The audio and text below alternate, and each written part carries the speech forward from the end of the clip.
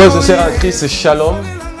L'honneur nous échoit de vous savoir si nombreux devant vos écrans, une fois de plus connectés à ce programme Rouleau ouvert, un programme essentiellement du dévoilement de mystère. L'abbé déclare, l'abbé dit dans le livre d'Osée, chapitre 4, le 6e verset, « Oui, mon peuple périt faute de connaissance, parce que vous, le prêtre, vous avez rejeté la connaissance. Je vous rejetterai et vous ne serez plus mes prêtres.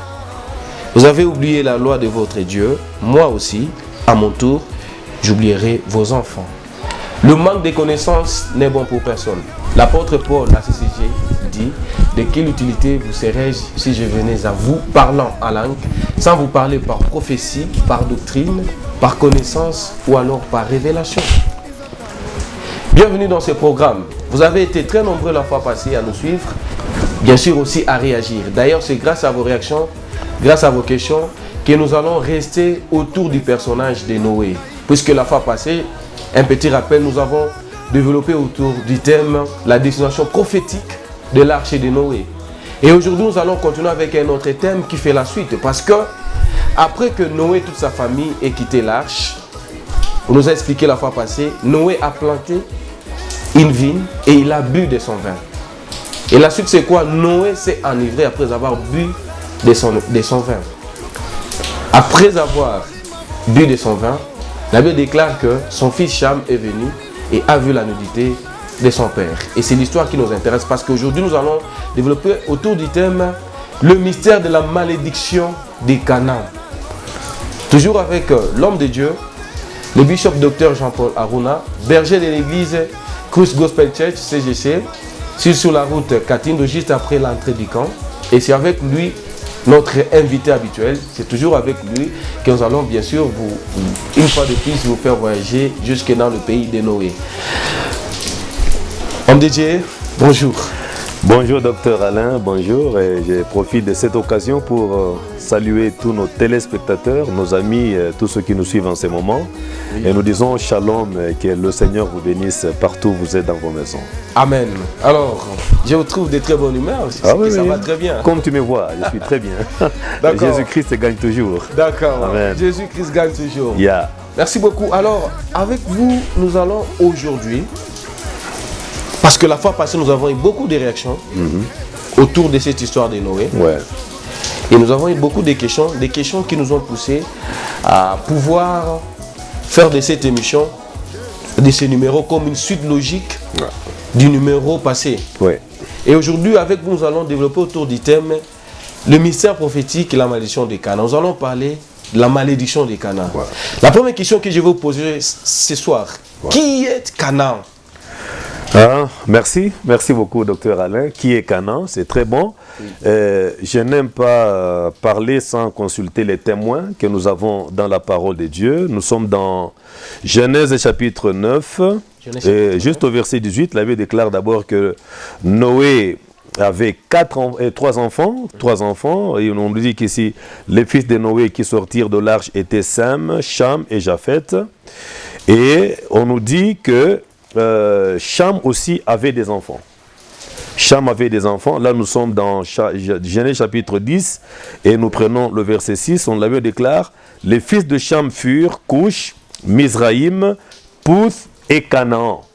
Donc, déjà, nous comprenons que Canaan était le quatrième fils de Cham et donc le petit-fils de Noé. Voilà, en bref. En bref, c'est ça, Canaan. Alors, puisque nous parlons de la malédiction de Canaan, je voudrais savoir pourquoi cette histoire de la malédiction de Canaan nous intéresse. Pourquoi cette histoire nous intéresse? Merci beaucoup. Pourquoi Canaan? Mais ça, c'est une très très bonne question parce que beaucoup de gens se posent des questions autour de la malédiction de Canaan et je crois que c'est très très nécessaire que nous y revenions aujourd'hui. Exactement. Pourquoi Canaan? Moi-même, quand je lis la Bible, d'emblée, avant que je n'entre dans la révélation, je me posais moi-même la question. La première chose qui m'a intéressé, lorsque nous lisons la Bible, l'Écriture déclare que Cham, fils de Noé, vit la nudité de son père. Exactement. Ok? Mais au lieu que Noé maudisse son propre fils, le fils de ses entrailles, il posa la malédiction sur son petit-fils, Canaan, qui est le fils de Cham. Ça, c'est d'abord la première question. Donc, la première chose qui attire notre attention. Mais la deuxième chose qui semble nous amener dans la compréhension prophétique de Canaan, c'est le fait de voir que Cham avait 4 enfants. Le premier fils était Cush, le deuxième c'était Mizraïm, le troisième c'était Pout, et le quatrième c'est Canaan. Mais remarquez, lorsque nous lisons la Bible dans Genèse chapitre 18, quand on veut parler de Cham, il y a un seul nom parmi les 4 enfants qu'il a engendrés qui est attaché à Cham. On dit toujours Cham, le père de Canaan. Donc vous comprenez qu'il y a quelque chose qui se cache là-dedans. Et quand nous prenons encore Genèse chapitre 9, verset 22, la Bible déclare Cham, père de Canaan. On ne dit pas Cham, père de Mizraïm. Père de Pout, père on de ne dit Cush. pas Cham, père de Pout, ou bien père de Couille, mais on dit père de Canaan. C'est que vous comprenez que Canaan constitue un personnage en qui il y a un mystère. Et puis un autre argument qui a attiré notre attention, c'est pourquoi Canaan? Parce que Cham n'a pas eu seulement Canaan, il a eu 4 enfants. Vous savez que Cush, c'est l'Éthiopie, n'est-ce pas? Oui. Nous avons Pout, c'est la partie Libye. Et nous avons Mizraïm, c'est lui qui a fondé l'Égypte, parce qu'en Swahili on dit Misri, Misri qui veut tout simplement dire Mizraïm. C'est vrai, oui, c'est vrai ça. Évidemment c'est ça. C'est Mizraïm qui est le fondateur de l'Égypte. Et nous avons On parle de Misri, c'est un rapport avec... rapport avec le nom Mizraïm. Mizraïm. Exact, oui. C'est ça. Et maintenant, nous avons le 4e enfant. Au lieu que Noé maudisse le premier, le deuxième, le troisième, il le laisse et il dépose la malédiction sur le 4e fils qui s'appelle Canaan. Donc nous comprenons que le chiffre 4 est aussi révélateur de quelque chose. Waouh. Wow. Alors, vous avez très bien parlé.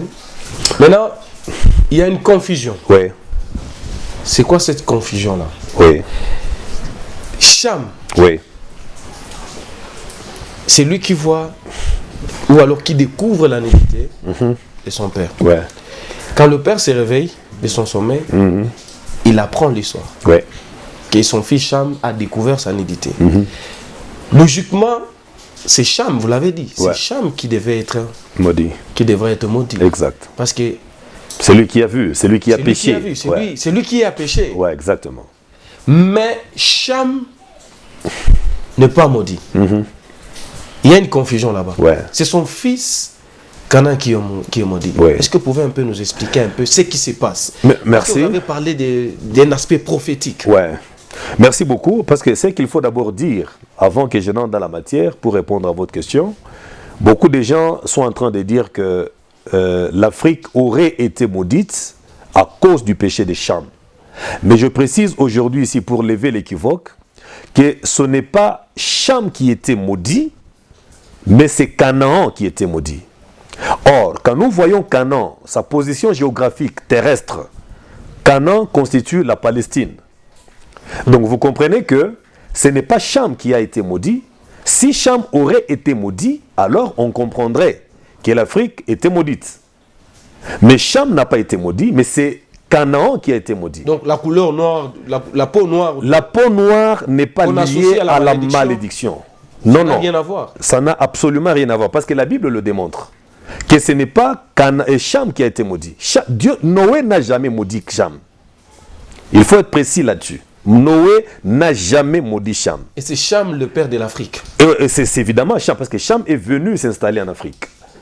Ok, il est venu s'installer en Afrique, et puis tous ses enfants se sont installés en Afrique, à l'exception de Canaan, qui a quitté l'Afrique pour aller s'installer dans la Palestine. Vous voyez ça? Et donc il faut que les amis qui sont en train de nous suivre puissent lever aussi à leur tour cet équivoque, et qu'ils cessent de croire que l'Afrique aurait été maudite à cause du péché de Cham, ou bien à cause de la malédiction. Cham n'a jamais été maudit. Ok, maintenant, pour répondre à ta question, je vais d'abord préciser que Canaan a été maudit 3 fois. Donc, il a subi ce qu'on appelle la triple malédiction. Oui. Ok?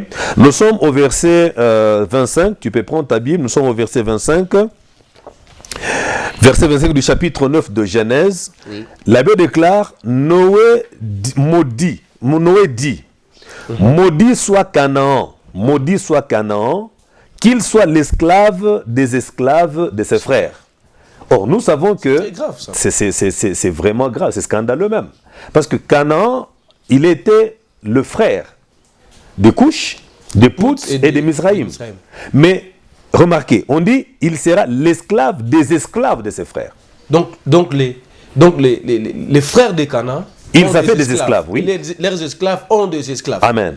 Maintenant, Canaan, comme malédiction, il va être l'esclave des esclaves. Il ne sera pas l'esclave direct de ses frères, mais il va être l'esclave des esclaves de ses frères.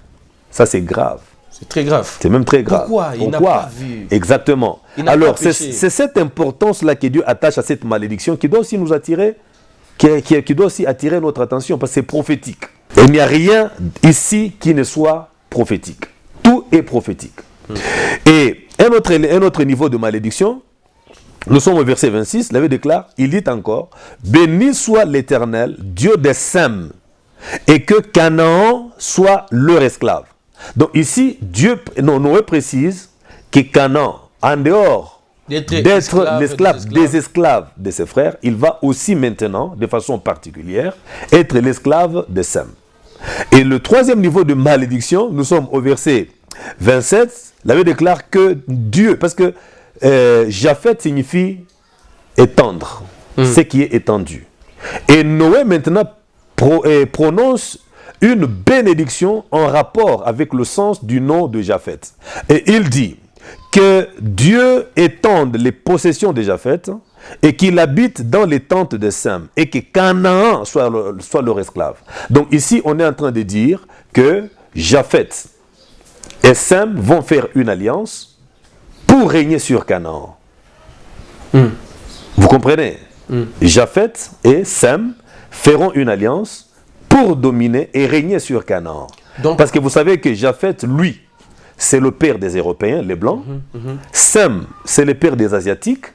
Et Cham, c'est le père des Africains. Voilà, vous êtes si nombreux, je le sais très bien, et vous êtes en train de nous suivre, vous êtes connectés à ce programme. Envoyez-nous vos textos, n'hésitez pas, et vous aurez des éclaircissements par rapport à toutes vos préoccupations. Alors, nous parlons de Canaan. Pensez-vous que Canaan est un personnage prophétique dans la Bible? Bien sûr. Bien sûr, je l'ai dit. Je l'ai dit ici, le fait que son nom, Canaan, soit collé au nom de son père, oui, ça dit quelque chose. Vous voyez ça? Absolument, oui. Mais également, ce qui est très important dans ce récit, c'est de voir le père qui pêche, mais c'est le fils qui est maudit. C'est vraiment quelque chose qui porte à confusion. Donc nous comprenons qu'en cela, il y a une prophétie. Parce que c'est que nous devons savoir que derrière chaque lettre de l'écriture se cache la pensée de Dieu. Et la Bible déclare, la lettre est tue, mais c'est l'esprit qui rend la vie, qui donne la vie. Un autre élément important, c'est la position biologique de Canaan. Il est le 4e enfant. Il y a aussi un sens par rapport Absolument. Il y a un sens à cela. Parce qu'il est le 4e enfant. Pourquoi Noé, posons-nous la question, pourquoi Noé n'a pas maudit Mizraïm? C'est ça, c'est la question. Pourquoi Noé n'a pas maudit Couch? Pourquoi Noé n'a pas maudit Pout? Mais il dépose la malédiction au cadet. Et il le déclare serviteur des autres. Donc vous comprenez que la position biologique des Canaan, donc le fait qu'il soit le 4e, la malédiction, le sens même de la malédiction qui dit que Canaan sera l'esclave, en d'autres termes le serviteur, ce sont des éléments prophétiques. Il y a un sens prophétique à cela. Ouais. Donc ce n'est pas pour rien. Le choix des Canaan n'est pas un hasard. Le mystère de la malédiction des Canaan. Le mystère de la malédiction des Canaan. Ouais. Cham voit la nudité de son père, c'est son fils qui est maudit. Ouais. Pourquoi Cham n'a pas été maudit? Pourquoi Cham n'a pas été maudit?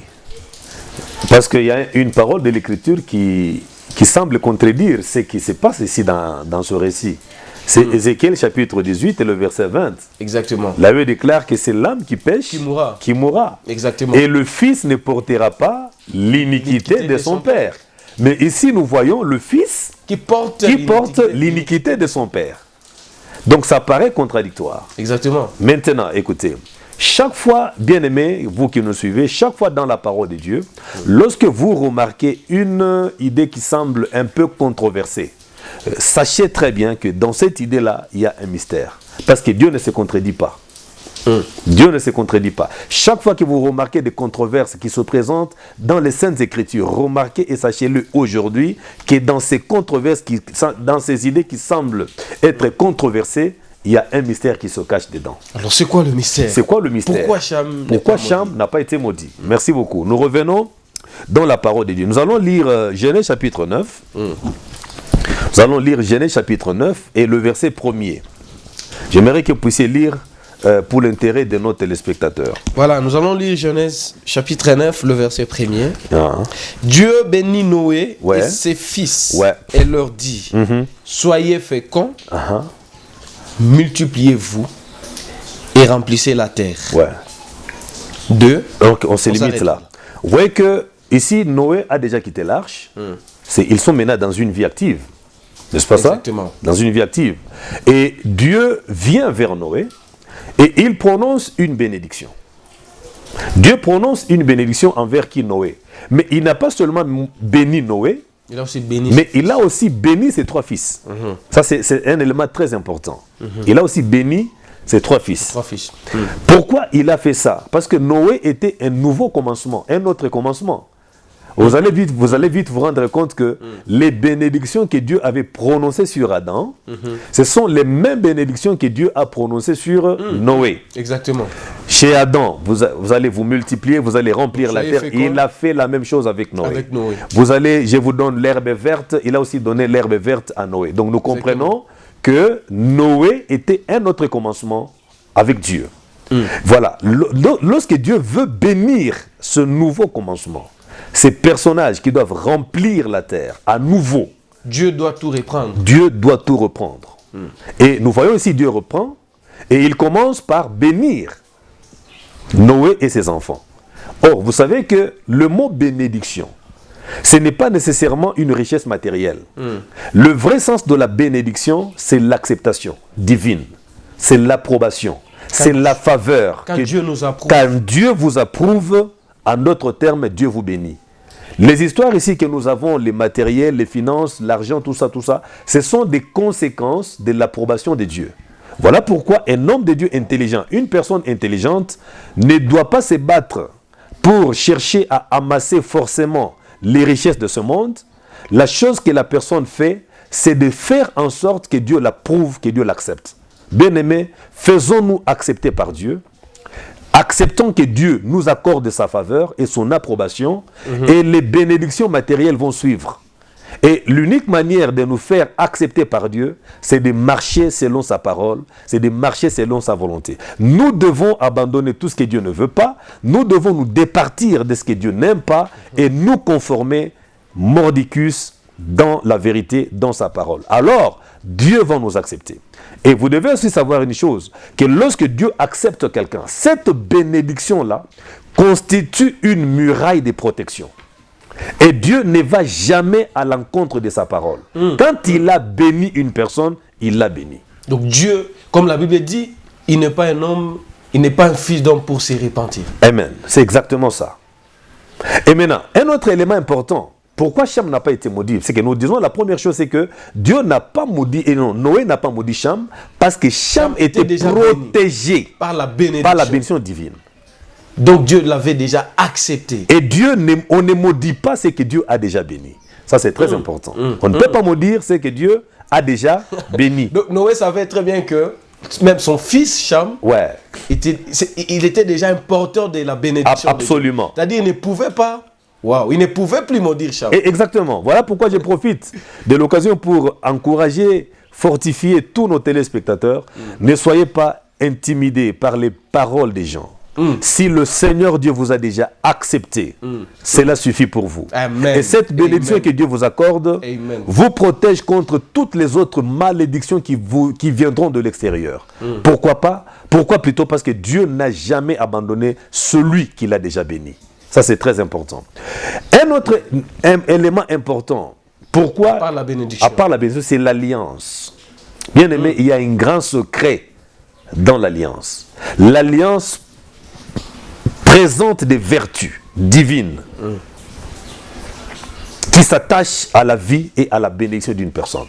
Lorsque Dieu fait une alliance avec toi, c'est fini. Vous devenez sa propriété privée et personne ne peut vous toucher. Et nous lisons là dans Genèse chapitre 9, le verset 12. Oui. Nous pouvons lire, vous pouvez lire rapidement. Genèse chapitre 9. Et Dieu ajouta. Voici le signe de l'alliance que j'ai conclu pour tous les âges à venir entre moi et vous, et tout être vivant qui est avec vous. Voilà. J'ai placé mon arc dans la nuée. Merci. Il servira de signe d'alliance entre moi et la terre. C'est que vous voyez, la deuxième chose, en dehors de la bénédiction, c'est l'alliance. Cham était déjà en alliance avec Dieu. Exactement. C'est nous voyons que ici, Cham n'est pas maudit parce qu'il était protégé par deux choses. La bénédiction et l'alliance divine. Amen. Amen. Et ça, c'est très important de le dire. Voilà, frères et sœurs, nous comprenons avec vous que la bénédiction et l'alliance sont des choses qui ont protégé Cham. Merci beaucoup pour cette révélation de Dieu. Merci beaucoup. Vous nous avez révélé quelque chose de très capital, de très très important. Merci. Nous comprenons désormais que Noé n'a plus maudit Cham parce que Cham était déjà béni par Dieu, et il était déjà entré en alliance. Il était déjà protégé par la bénédiction et l'alliance avec Dieu. D'après ce que vous venez de nous dire, je ne sais pas si nous pouvons avoir des preuves, des preuves qui sont vraiment palpables dans la Bible pour nous prouver cela que lorsqu'une personne est déjà bénie de Dieu, ou alors en alliance avec Dieu, cette personne-là ne peut plus être maudite. Parce que ce que nous voyons couramment aujourd'hui, il y a des gens qui luttent encore contre des malédictions alors qu'ils sont déjà chrétiens. Ils marchent bien avec Dieu, avec le Seigneur, mais on leur dit, voilà, vous êtes bénis et vous êtes maudits par je ne sais pas qui. Alors, est-ce que nous pouvons avoir vraiment, quelques preuves dans la Bible pour sceller un peu cette parole dans nos cœurs, pour être convaincus un peu plus? Merci beaucoup. Dieu est fidèle. Oui. Et sa parole est vérité. Il y a beaucoup d'endroits dans les Saintes Écritures où nous avons vu Dieu qui ne maudit pas la personne qu'il avait déjà bénie. Je suis avec vous dans Genèse chapitre 3. Je commence par Adam, notre ancêtre. Adam, nous sommes dans Genèse chapitre 3 et le verset 17. Rapidement, on lit. Oui. L'Écriture déclare, ici, Dieu dit à l'homme, l'homme ici c'est Adam. Dieu dit à l'homme, puisque tu as écouté la voix de ta femme et que tu as mangé de l'arbre au sujet duquel je t'avais donné cet ordre. Vous n'oubliez pas que Adam avait déjà été béni par Dieu. Parce que Dieu lui a dit, la Bible déclare, Dieu a béni Adam, Dieu bénit Adam et puis il dit, soyez féconds. Donc Adam était déjà porteur de la bénédiction divine. Et maintenant, ici, Adam, qui était déjà béni par Dieu, tombe dans le péché. Maintenant, nous sommes au verset 17, nous voyons Dieu, au lieu de punir Adam, au lieu de maudire celui qui a péché, nous voyons Dieu maudire la terre. Parce que l'Écriture déclare, le sol sera maudit à cause de toi. Au lieu de maudire le concerné, Dieu maudit l'innocent. La terre qui est innocente. Qui est innocente. Oui, ça c'est compliqué. Donc ça aussi c'est parce que Dieu avait déjà béni Adam. Et exactement. Il ne pouvait plus revenir sur sa bénédiction. La bénédiction affaiblit Dieu. Wow. Absolument. Lorsque Dieu vous a déjà béni, il n'est plus à mesure de te maudire. Et non seulement Dieu ne peut plus te maudire, même les humains ne peuvent pas prononcer une malédiction contre toi. Bien sûr, si Dieu lui-même ne peut plus maudire, qui sont les hommes pour maudire? Exactement, c'est ce que nous sommes par exemple dans Nombres chapitre 22. Et le verset 12, nous voyons ici le personnage de Balaam. Balaam, Israël campe dans la plaine de Moab, et Balak est gêné par la présence du peuple de Dieu. Il envoie ses émissaires pour appeler Balaam afin de maudire le peuple. Et Jean bien sait que Balaam lui-même avait dit dans Nombres chapitre 22, il a dit, comment maudirais-je celui que Dieu a déjà béni? Exactement. Donc on ne peut pas maudire un personnage que Dieu a déjà béni. Donc là, c'est contraire à la loi de Dieu, c'est contraire à la parole de Dieu. Donc là, nous avons déjà deux exemples Oui. qui répondent à ma préoccupation. Pas seulement ça. On peut, les exemples, il y en a. On peut même prendre Deutéronome chapitre 5 et le verset 9. La Bible déclare, Dieu, je suis un Dieu jaloux qui punit les enfants sur les péchés de leur père. Donc les pères pêchent, mais Dieu punit les enfants. On peut lire là, on peut lire. Lisons rapidement pour lever l'équivoque. Deutéronome chapitre 5, le verset 9. Il faut toujours avoir des témoins dans la parole de Dieu. Bien, nous sommes dans Deutéronome chapitre 5, Ouais. le verset 9. Ouais. Nous allons lire. La Bible dit, Deutéronome 5, verset 9, tu ne te positionneras pas devant les idoles. Oui, et tu ne les serviras point. Car moi, l'Éternel, ton Dieu, je suis un Dieu jaloux qui punit l'iniquité des pères sur les enfants. Ici, dans ce mot, on dit qui ne tolère aucun rival. Je punis les fils pour la faute de leur père jusqu'à la troisième et la quatrième. Il punit qui? Il punit les fils. Il dit, je punis les fils pour la faute de leur père. Qui pêche ici?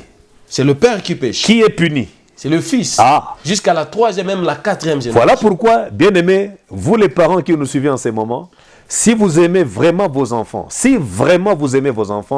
vivez en paix avec Dieu.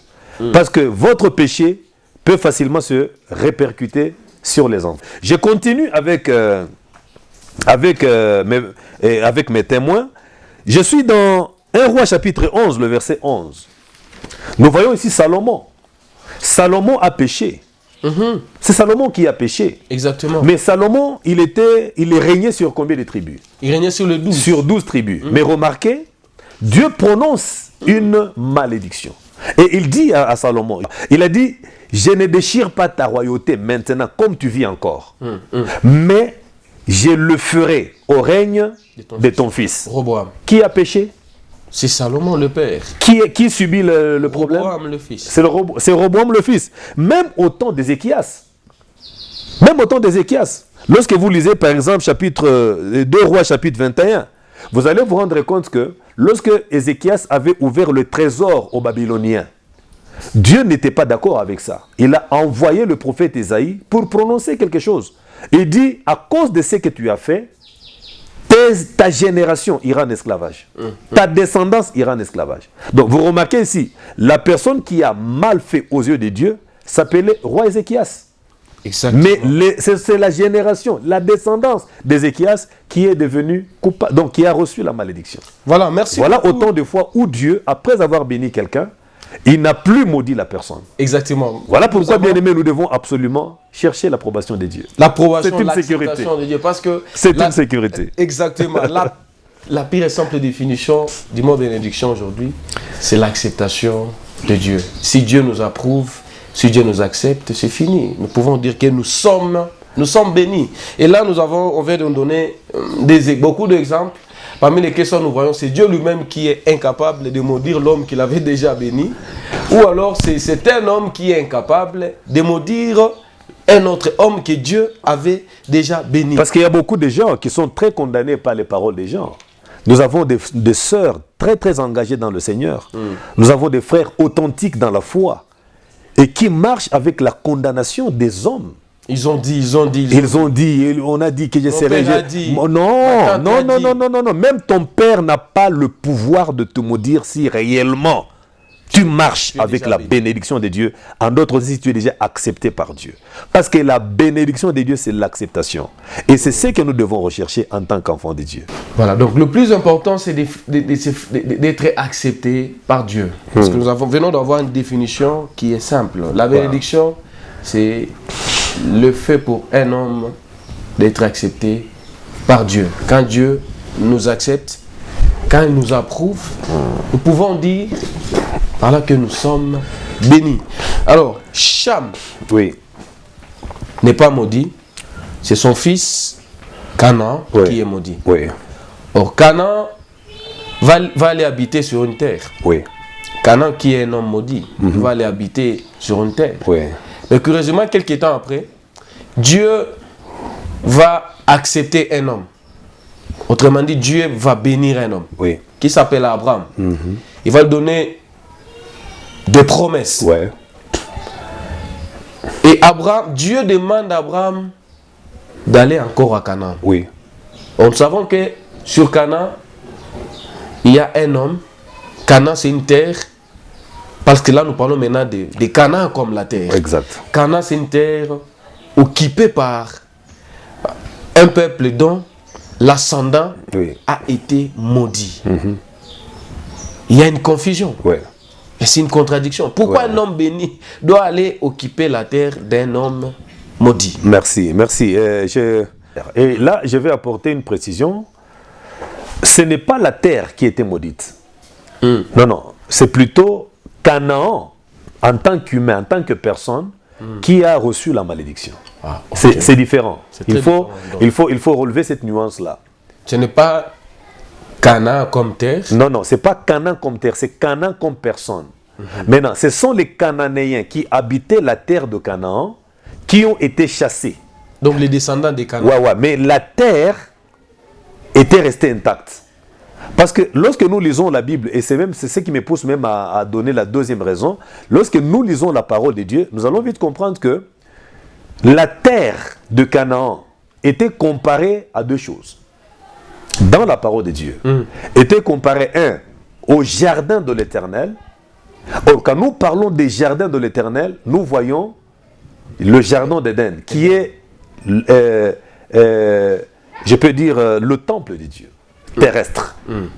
Et un autre élément, c'est que Canaan ressemblait, ou était comparé à l'Égypte, à Mizraïm.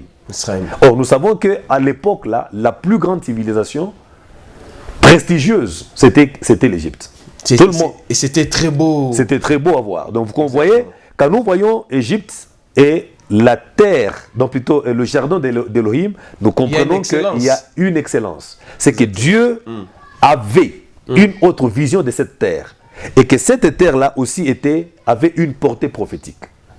Voilà pourquoi Dieu a donné cette terre à Abraham. À un homme béni. À un homme béni. Exactement. Merci beaucoup parce que ça commençait un peu à nous porter un peu confusion. Ouais, exactement, oui. Personnellement, ça a commencé déjà à me porter confusion. Merci. Pour comment est-ce que Dieu va appeler quelqu'un un homme, il va l'accepter, il va l'approuver, il va non, ce n'est pas la terre qui était maudite. Exactement. Ce n'est pas la terre qui était maudite. C'est parce que Dieu ne pouvait pas donner à Abraham une terre qui était déjà maudite. Non, parce que la terre dans laquelle Dieu a installé Abraham, c'était une terre bénie. Vous allez même vous rendre compte que lorsque Abraham avait demandé à Lot de choisir, la Bible déclare, nous sommes ici au chapitre 13 de Genèse, le verset 10, et Lot leva les yeux et vit toute la plaine du Jourdain qui était entièrement arrosée. Avant que l'Éternel eût détruit Sodome et Gomorrhe, c'était jusqu'à Tsoar, comme un jardin de l'Éternel, comme le pays de l'Égypte. Ça, c'est très important. Et la Bible déclare, nous dit au verset 12, Abraham habita dans le pays de Canaan, et Lot habita les villes de la plaine et dressa ses tentes jusqu'à Sodome. Donc, Sodome et Gomorre. Toute la partie là, c'est dans absolument. Canaan. Sodome et Gomorre étaient dans Canaan. Parce que c'était un vaste pays. Parce que là, il y a le Jourdain, c'est dans les bassins du Jourdain. Absolument, la Méditerranée, quoi. Exactement ça. Ah, ouais. D'accord, merci. Ouais. Merci beaucoup. Nous avons un éclaircissement. Merci. Par rapport à ça, nous avons un éclaircissement. Voilà. Nous savons maintenant pourquoi Dieu avait envoyé... donc, c'était déjà une terre que Dieu avait déjà préparée pour Abraham. Exactement. Et cette terre est prophétique. Cette terre est prophétique. Vous venez de parler des 5... Est-ce que vous pouvez encore revenir sur les 5 mouvements? Vous avez appelé ça mouvement prophétique. Oui. Est-ce que vous pouvez encore revenir sur ces 5 mouvements-là? Parce que cela va permettre aussi à nos téléspectateurs qui sont en train d'écrire de bien pouvoir bien les noter. Parce que c'est bien ça. J'ai bien ça, les socles de notre... de ces numéros. Le mystère de la malédiction de Canaan. Merci beaucoup. Ce qu'il faut savoir est que Dieu ne place pas des événements par hasard dans la Bible. Il n'y a pas de hasard. Il n'y a pas de hasard. Tous ces événements sont prophétiques. N'oubliez pas tout ce que je dis souvent, que derrière chaque lettre de l'Écriture se cache une pensée de Dieu. Oui. Et donc nous croyons, selon l'inspiration divine, que tout ce que Noé a connu, derrière la scène de Noé, se cache la croix de Jésus. Noé lui-même représente Christ sur le plan prophétique. Noé, c'était un personnage, mais le véritable Noé qui avait bu et qui était resté nu, c'était le Christ. Voilà pourquoi nous avons l'essence même du nom Noé, Noé qui signifie repos et tranquillité. Jésus aussi est venu avec ça, parce qu'il avait dit, je suis le maître du Shabbat. Exactement. Vous voyez ça? Et Dieu, parce que quand nous parlons du Shabbat, nous voyons le repos. Exactement. Et ça se rapporte à ce que Dieu a fait dans Genèse. Dieu a créé pendant combien de jours? Pendant 6 jours. Et le 7e jour, il s'est reposé. On dit quand Dieu se repose, ça ne veut pas dire que Dieu était fatigué ou Dieu était épuisé. Il est le Tout-Puissant. Il agit sur base de sa toute-puissance. Il est l'omnipotent. Ok. Quand on dit que Dieu s'est reposé, c'est-à-dire ce qu'il s'est fixé de faire, il a mis fin à cela. Il a mis un terme à cela. Voilà le repos de Dieu. De la même manière, Jésus, quand il est venu sur la terre, il est venu avec un objectif. Et l'objectif, c'était de mourir à la croix afin d'apporter la rédemption à l'humanité. Et quand le Seigneur avait fini ce qu'il avait en tête comme mission sur la terre, il a mis fin à ça. Voilà pourquoi à la croix, il avait dit tout est accompli. Évidemment, parce qu'il était descendu avec un plan, il était descendu avec un objectif, et après avoir mis fin ou un terme à son objectif, il devait aussi se reposer. L'accomplissement de Jésus correspond à son repos. Ah, absolument, correspond à tout ce qu'il a fait. Donc le repos de Jésus correspond à tout ce qu'il a fait, tout ce qu'il s'est fixé de faire, et il s'est reposé après avoir fait. Parce qu'il n'y avait plus rien d'autre à faire après la croix. Exactement. Alors, est-ce que vous pouvez revenir un peu sur... Et maintenant, je reviens sur Noé. Noé, j'ai dit, a posé 5 mouvements prophétiques. Que Jésus aussi a posé. Que Jésus aussi a fait. Parce que nous commençons par l'ivresse de Noé. On ne peut pas être ivre sans avoir bu. Noé a commencé par boire, et puis par la suite, il est tombé ivre. Et nous voyons aussi, cela, c'est ce que Jésus a fait. C'est ce que Jésus a fait. Où ça, quand il montait vers Gethsémane. Quand il montait vers Gethsémane. Vous savez, Gethsémane s'est trouvé sur le mont des Oliviers. Or, quand Jésus allait vers Gethsémane, en d'autres, sur le plan spirituel, il était allé aussi pour boire. Parce que là, il avait une coupe qu'il avait bu. Et dans cette coupe-là, il y avait un mélange de quoi? De tous les péchés de l'humanité. Vous voyez. Maintenant, la différence entre Noé et Jésus, c'est que Noé, sa nudité, a apporté la malédiction, tandis que la nudité de Jésus a apporté la bénédiction. Noé a bu, sur le plan aussi prophétique, Jésus, quand il est allé à Gethsémane, il a aussi bu. Et l'Écriture déclare, quand il a bu, la Bible déclare, le ciel s'est retiré sur lui.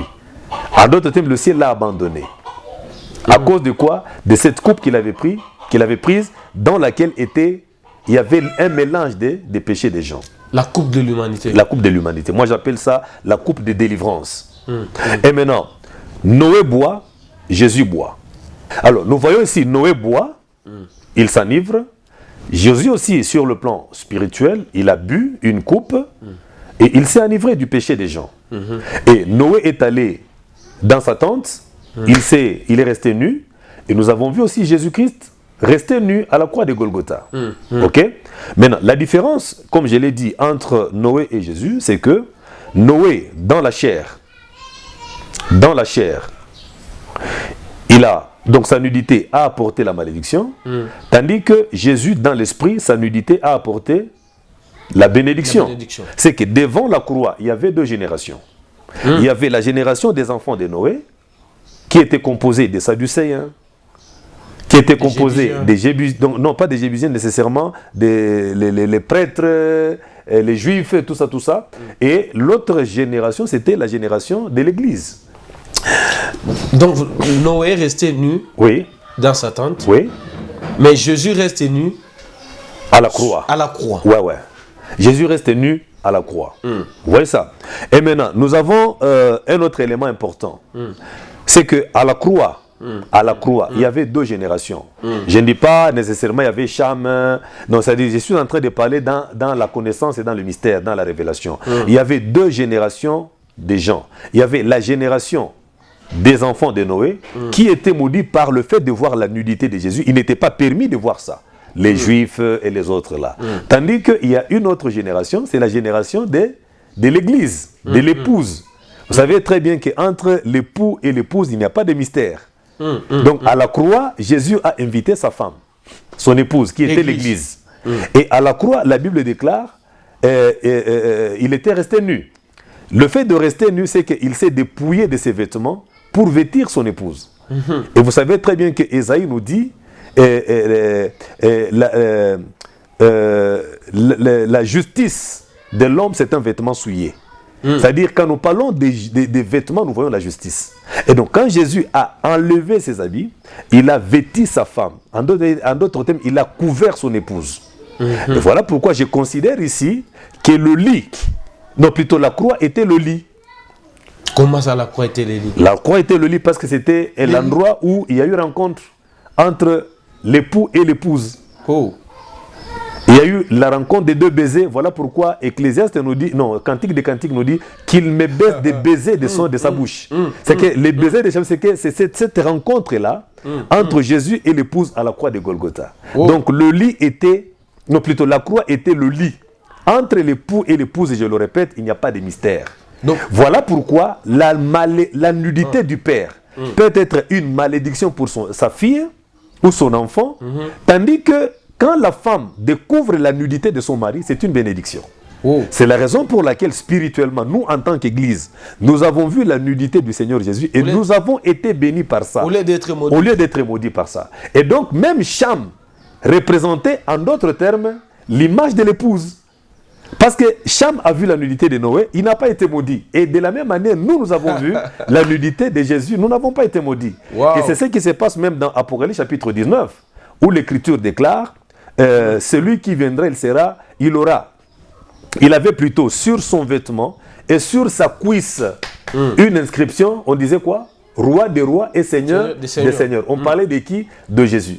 Donc pour voir l'inscription qui est marquée sur la cuisse, il faut nécessairement faire remonter la robe. Oh. Et la personne qui est habilitée à remonter la robe de l'époux, c'est seulement l'épouse. Et donc il n'y a que l'épouse qui peut connaître ou approfondir le mystère de l'époux. Voilà pourquoi le nom qui était caché sur la cuisse, c'est seulement l'épouse qui peut voir et qui peut lire. Est-ce que tu peux dire amen à ça? Amen, amen. Ça c'est profond, c'est intéressant. Et c'est la raison pour laquelle Jésus, quand il était à la croix, il a considéré la croix comme étant le lit. Parce que c'est là où il y a eu rencontre des deux amours, l'épouse et l'époux. C'est-à-dire l'Église. L'Église, oui. Mais aussi, cette croix-là a changé de forme. Non seulement elle était un lit, mais elle était aussi une maternité. Parce que c'est à la croix où il y a eu naissance de l'Église. Vous vous rappelez, lorsqu'on a percé la côte du Seigneur, qu'est-ce qui est sorti? De l'eau et du sang. L'eau et le sang. Mais quand une femme veut mettre au monde, qu'est-ce qui sort? Qu'est-ce qui précède à sortir? L'eau. Nous avons l'eau et le sang. Donc vous comprenez qu'il faut d'abord que quand l'eau sort et le sang sort, déjà on comprend que l'enfant va suivre. C'est de la même manière que Jésus, quand il était à la croix, on a percé sa côte, c'est d'abord l'eau qui est sortie, et puis le sang qui est sorti, et puis nous sommes sortis après. C'est l'Église maintenant qui est sortie. Vous remarquez que la croix, elle était un lit, et à même elle était une maternité. Voilà pourquoi notre naissance est sortie de ces deux éléments-là, le sang et l'eau. L'eau nous purifie, et le sang nous rachète. Gloire au Seigneur. Gloire à Dieu. Alors, je crois que nous avons tout ce qu'il nous faut, hein, tout ce qu'il nous fallait, nous l'avons déjà par rapport à cette histoire. Donc, quand nous lisons cette histoire de la malédiction de Cana, nous avons déjà quelques éléments pour comprendre cela. Tout ceci, c'était le mystère des choses à venir. Ouais. Et avec Christ, qui aurait cru, qui aurait pensé que la croix était représentée dans cette histoire de Noé. Amen. Et donc, qui aurait aussi pensé que Cham représentait l'Église? Parce qu'effectivement, nous avons vu, Jésus est resté nu à la croix, et nous avons vu sa nudité. Nous, l'Église, au lieu d'être maudits, nous avons été bénis. Nous avons été bénis. C'est une profondeur. C'est une profondeur. Merci beaucoup. Nous avons Nous sommes richement bénis par ces messages. Amen. C'est profond. Voilà. Merci beaucoup pour vous qui réagissez.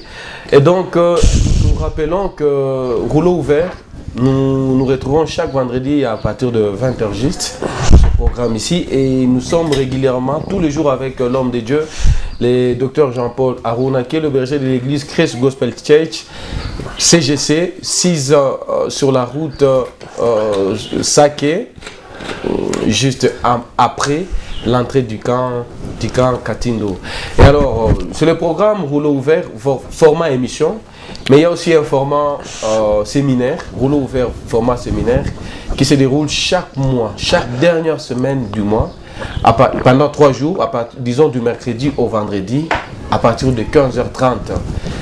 Rendez-vous à l'église CGC. Si vous voulez encore beaucoup plus approfondir sur toute la matière sur laquelle nous sommes en train de discuter avec l'homme de Dieu, donc vous pouvez aussi nous contacter, vous voulez les rencontrer personnellement aussi pour avoir beaucoup plus d'éclaircissement par rapport à toutes nos discussions, par rapport à tous ces thèmes. Et je rappelle qu'aujourd'hui nous sommes en train de développer autour du thème le mystère de la malédiction des Canaan.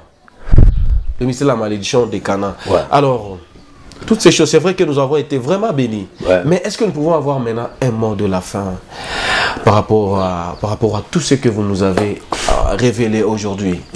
Mais le mot de la fin ici, c'est nous avons compris tous ensemble que si Cham n'a pas été maudit, c'était prophétique. Et si Canaan a été maudit, c'était prophétique aussi. Et nous avons aussi compris Noé dans la dimension du Père et aussi comme dans la dimension du Fils. Et donc nous comprenons ici que Dieu voulait tout simplement révéler le plan du salut que Jésus-Christ devait absolument apporter à l'humanité. Il était cet animal qui était maudit dans l'Ancien Testament et il était aussi l'homme sur qui nous avons imposé nos mains à Gethsémane et sur qui nous avons transféré tous nos péchés et c'est pourquoi il a été maudit à notre place. Et maintenant, pour bien comprendre cela, il a fallu rentrer dans Genèse et chapitre 9 où nous avons parlé ou démontré cette malédiction de Canaan. Pourquoi Cham n'a pas été maudit et c'est son fils qui a été maudit. Donc vous comprenez ici que Noé était dans la dimension du Père et Cham était dans la dimension de l'humanité et Canaan était dans la dimension de Jésus-Christ de Nazareth qui a pris nos péchés. Bien-aimés, si vous n'avez pas encore donné votre vie à Jésus, croyez qu'il est celui qui est venu sur la terre pour mourir pour vous.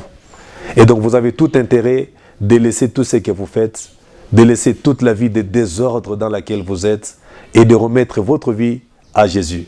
Et sachez-le très bien, si vous donnez votre vie à Jésus, il va vous faire entrer dans son repos et il va vous donner la véritable consolation parce que sa parole vous introduira dans la véritable consolation et vous allez vivre la paix avec vous.